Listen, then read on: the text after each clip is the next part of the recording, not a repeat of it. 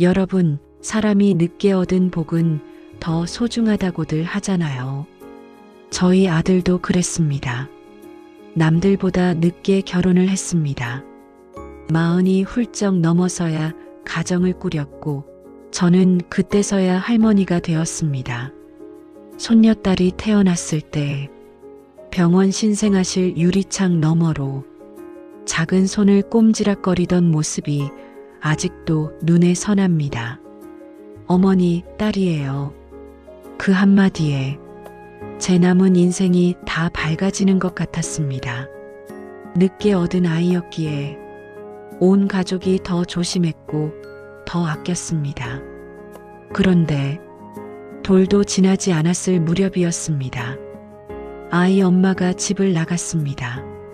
말다툼이 있었던 것도 아니고 큰 사건이 있었던 것도 아닙니다. 그저 어느 날 아이를 재워두고 짐을 싸서 나갔습니다.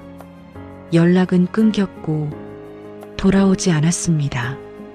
아들은 한동안 말이 없었습니다. 엄마, 내가 잘못한 걸까? 그 말을 듣는데 차마 뭐라 위로를 못하겠더라고요. 아들은 낮에는 회사에 가고 밤에는 아이를 안고 잠을 잤습니다. 저와 남편은 자연스럽게 아이를 맡아 키우게 됐습니다. 새벽 수유도 다시 시작했고 기저귀 갈던 손놀림도 다시 익혔습니다.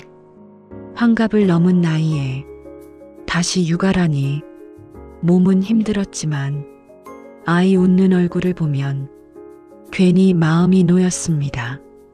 그런데 인생이란 게 왜 한 번에만 아프지 않을까요? 손녀가 3살이 되던 해 아들이 병원에서 돌아왔습니다. 표정이 이상했습니다. 엄마 나 암이래. 그것도 말기래. 세상이 잠시 멈춘 것 같았습니다. 농담이지? 하지만 농담이 아니었습니다. 치료를 시작했지만 이미 늦은 상태였습니다. 아들은 병원 침대에서 손녀 손을 잡고 말했습니다. 아빠 조금만 아프다 올게. 3살 아이는 아무것도 모른 채 아빠 손을 흔들었습니다. 그리고 몇 달 뒤 아들은 정말로 하늘나라로 갔습니다. 그날 장례식장에서 손녀는 제 치마를 붙잡고 물었습니다. 할머니, 아빠 언제 와?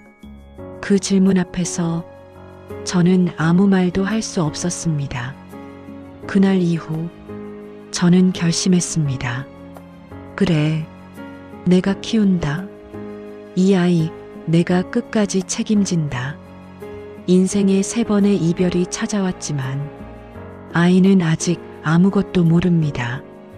그래서 더 지켜야 했습니다. 손녀가 4살이 되면서 어린이집에 보내기로 했습니다. 저와 남편은 생계를 위해 다시 일을 나가기 시작했거든요. 요즘 세상에 연금만으로는 살기 어렵잖아요. 아침마다 손녀 머리를 묶어주고 작은 가방을 메워주며 말했습니다. 우리 공주님, 오늘도 씩씩하게 다녀오자. 처음 며칠은 울기도 했습니다. 하지만 점점 적응하는 것 같았습니다. 그런데 어느 날부터 아이 행동이 조금씩 달라졌습니다. 어린이집만 다녀오면 할머니, 나 잘래. 그러고는 옷도 안 갈아입고 그대로 누워버렸습니다. 밤에 자다가 깜짝 놀라 울기도 했습니다. 제가 안아주면 작게 중얼거렸습니다. 싫어 안 할래. 무엇이 싫은 건지, 무엇을 안 하겠다는 건지 도통 알 수가 없었습니다. 어느 날은 조심스럽게 묻더군요. 할머니 어린이집 안 가면 안 돼? 그 말이 가슴을 쿵 내려앉게 했습니다. 아이들은 원래 가기 싫다고도 한다지만 이건 뭔가 달랐습니다. 눈을 마주치지 못하고 괜히 손톱을 물어뜯고 제가 옆에 없으면 불안해했습니다. 남편에게 말했습니다. 여보, 우리 애 이상해. 남편은 한참을 고민하더니 말했습니다. 혹시 녹음 한번 해볼까? 작은 버튼식 휴대폰이 하나 있었습니다. 손녀 가방 안쪽 주머니에 몰래 넣었습니다. 그날 아침 아이를 어린이집에 보내며 괜히 가슴이 답답했습니다. 할머니 금방 올게. 아이의 말이 왜 그리 슬프게 들리던지 그날 하루는 일이 손에 잡히지 않았습니다. 퇴근 후 남편과 마주 앉아 휴대폰을 켰습니다. 괜한 오해면 어쩌지 그렇게 말하며 재생 버튼을 눌렀습니다. 그리고 우리는 듣지 말았어야 할 소리를 듣고 말았습니다. 처음에는 아이들 웃음소리가 들렸습니다. 그 다음엔 낯선 어른 목소리, 왜 이렇게 말 안 들어? 탁 하는 소리, 그리고 익숙한 우리 손녀 목소리, 작게, 아주 작게, 선생님 아파요. 그 한마디에 숨이 막혔습니다. 이어진 말들은 차마 다 옮기기 어렵습니다. 또 울어? 가만 안 둬. 조용히 안 해? 아이를 밀치는 듯한 소리, 울음을 억지로 참는 숨소리. 저는 그 자리에서 주저앉았습니다. 여보, 이게 뭐야? 남편은 아무 말도 못하고 벽만 바라봤습니다. 우리가 생계를 위해 보낸 그곳에서 아이는 매일 울고 있었습니다. 집에 와서 잠만 자겠다고 한 이유를 그제야 알았습니다. 아이의 작은 몸이 견디고 있었던 겁니다. 그날 밤 손녀를 꼭 끌어안고 물었습니다. 어린이집에서 무슨 일 있었어? 아이는 한참을 망설이다 작게 말했습니다. 선생님 무서워. 그 한마디에 저는 무너졌습니다. 어른이 아이를 무섭게 한다는 게 이렇게 잔인한 일인지 그제야 알았습니다. 다음 날 우리는 바로 어린이집을 찾아갔습니다. 녹음 파일을 들려주자 원장은 당황했습니다. 오해가 있을 수 있습니다. 하지만 그 안에 담긴 목소리는 오해가 아니었습니다. 우리는 신고했고 조사가 시작됐습니다.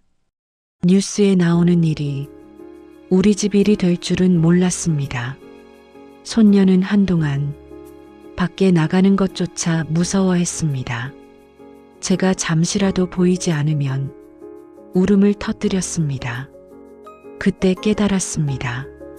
아이를 지킨다는 건 밥을 먹이고 재우는 게 전부가 아니구나. 마음까지 지켜줘야 진짜 보호자구나. 시간이 필요했습니다. 새 어린이집을 바로 보내지 않았습니다. 몇 달 동안 제가 직접 데리고 다녔습니다. 공원에도 가고 도서관에도 가고 손을 꼭 잡고 걸었습니다. 할머니는 항상 내 편이야. 그 말을 수십 번도 더 했습니다. 조금씩 아이 눈빛이 돌아왔습니다. 밤에 깨는 일도 줄어들었고 다시 노래를 흥얼거렸습니다. 어느 날 손녀가 말했습니다. 할머니, 나 커서 할머니 지켜줄게. 그 말에 그동안 참았던 눈물이 쏟아졌습니다.